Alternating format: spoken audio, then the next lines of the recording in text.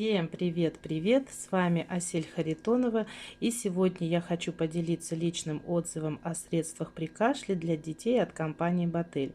Как только мои детки начинают заболевать, начинают кашлять, начинаю им давать я вот такой вот сироп детский и натираю бальзамом массажным с барсучьим жиром.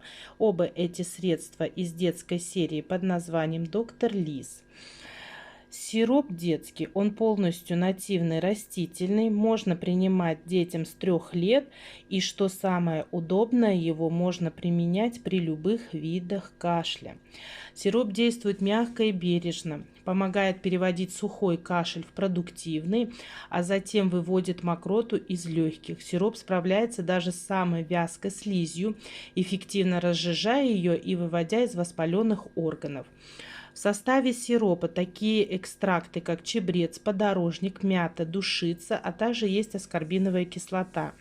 Душица смягчает приступы сухого кашля, мята стимулирует отхождение мокроты, облегчает боль, чабрец эффективно устраняет воспаление и отечность слизистой. Наружно растираю детей вот таким вот бальзамом с барсучьим жиром.